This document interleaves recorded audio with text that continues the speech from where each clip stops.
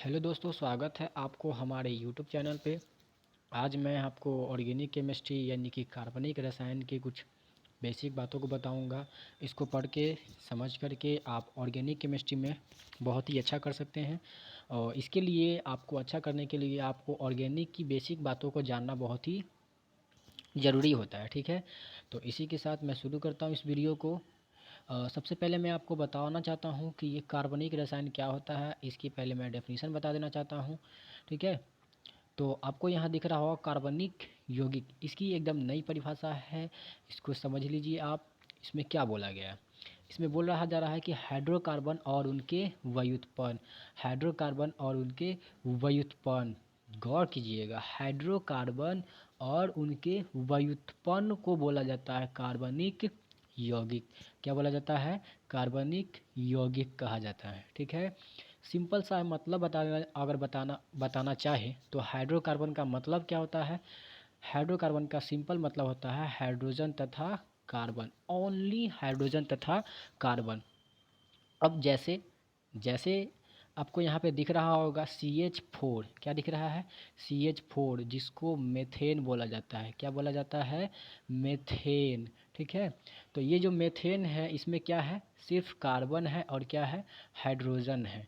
ठीक, और आगे बढ़ते हैं। हाइड्रोकार्बन का व्युत्पन्न का मतलब क्या होता है? हाइड्रोकार्बन के व्युत्पन्न कहने का मतलब हुआ सिंपल, हाइड्रोकार्बन से जो व्युत्पन्न होता है उसको हाइड्रोकार्बन का व्युत्पन्न कहा जाता है। जैसे अगर CH4 लिखा था, ठीक है, क्या लिखा था? CH4, तो इसमें किसी एक हाइड्रोजन को हटा करके अगर इसमें हम कहीं ऑक्सीजन को एडजस्ट कर देते हैं, ठीक है, अगर ऑक्सीजन को इसमें एडजस्ट कर देते हैं तो उससे क्या बनेगा? CH3OH। क्या बनेगा? CH3OH, जिसको अल्कोहल बोला जाता है। क्या बोला जाता है? अल्कोहल बोला जाता है। ठीक है, अब आगे बढ़ते हैं। मैं आपको बताना चाहता हूँ कार्बन के बारे में। कार्बन क्या होता है? कार्बन, क्योंकि कार्बनिक रसायन है तो इसलिए कार्बन के बारे में कुछ जानकारी का होना सबसे ज़्यादा ज़रूरी है।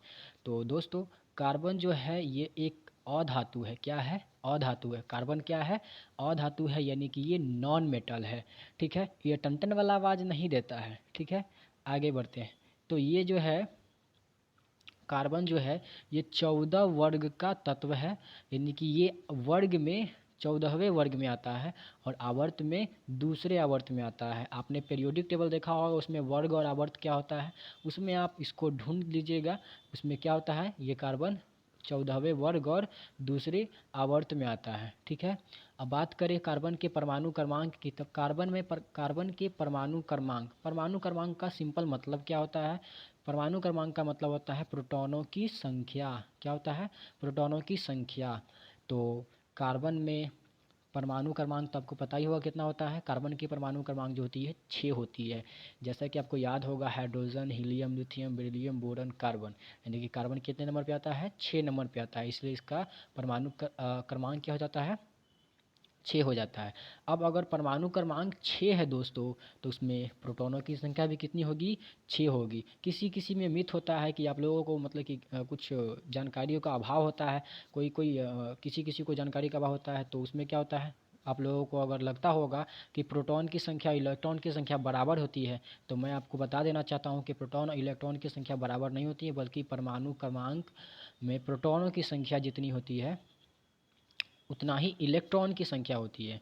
अगर ऐसा है तो ऐसा नहीं बात है। ठीक है, जैसे कि आपको यहाँ पे एग्जांपल में दिख रहा होगा सोडियम। ठीक है, सोडियम में क्या होता है? सोडियम आपको पता ही होगा कि सोडियम का परमाणु क्रमांक कितना होता है? 11 होता है। परमाणु क्रमांक 11 है दोस्तों। परमाणु क्रमांक कितना है? 11। इसका मतलब प्रोटॉनों की संख्या भी कितनी होगी? 11 होगी।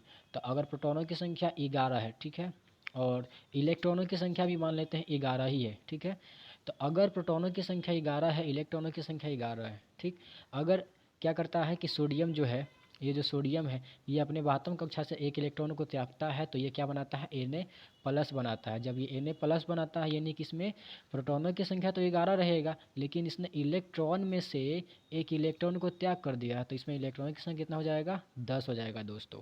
ठीक है, अब जैसा कि आपको पता होगा कि जो कार्बन का जो स्ट्रक्चर होता है, इसमें आप देख रहे हो कि नाभिक में 6 प्रोटॉन और 6 न्यूट्रॉन होते हैं। बाकी जो ये जो कक्षा आपको दिख रहा है, इस वाले कक्षा में 2 इलेक्ट्रॉन होते हैं, ठीक है। कितने इलेक्ट्रॉन होते हैं? 2 इलेक्ट्रॉन होते हैं। जो बाहरी कक्षा है, इस बाहरी कक्षा में 4 इलेक्ट्रॉन होता है। कितना इलेक्ट्रॉन होता है? 4 इलेक्ट्रॉन होता है, ठीक है। अब आगे बढ़ते हैं। अब देखिए आगे बढ़ते हैं तो मैं आपको बताना चाहता हूँ कि कार्बन का इलेक्ट्रॉनिक विन्यास। तो कार्बन का इलेक्ट्रॉनिक विन्यास क्या होता है? सिंपल सा मतलब है इलेक्ट्रॉनिक विन्यास।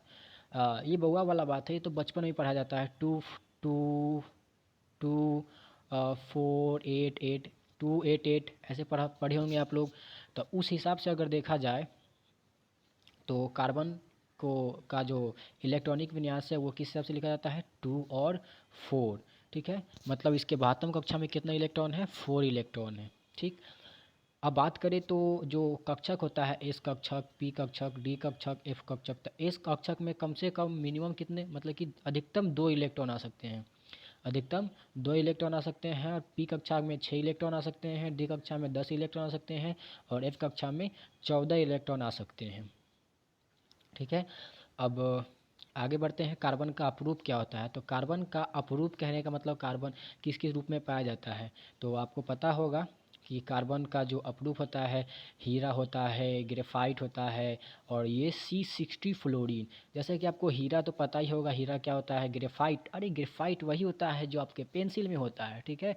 पेंसिल नहीं, पेंसिल के जो नोकीला होता है जिसे आप लिखते हैं उसी को ग्रेफाइट बोला जाता है। और मैं अभी आपको ग्रेफाइट की कुछ इंटरेस्टिंग जानकारियाँ भी दूंगा, ठीक है। कार्बन C60 यानी कि 60 फ्लोरीन, इसको C60 फ्लोरीन बोला जाता है। जब कार्बन जो होता है एक फुटबॉल की संरचना में वो जब कनेक्टेड होता है, जुड़ा होता है, तो उसी को बोला जाता है कार्बन C60। यानी कि कार्बन का जो बॉन्डिंग होता है, वो संरचना जो होता है वो फुटबॉल की संरचना के रूप में होता है, उसी को कार्बन C60 बोला जाता है, ठीक है।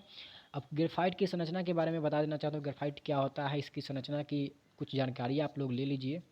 जैसे कि ग्रेफाइट का संरचना जो होता है वो षटकोणीय होता है। कैसा होता है? षटकोणीय होता है।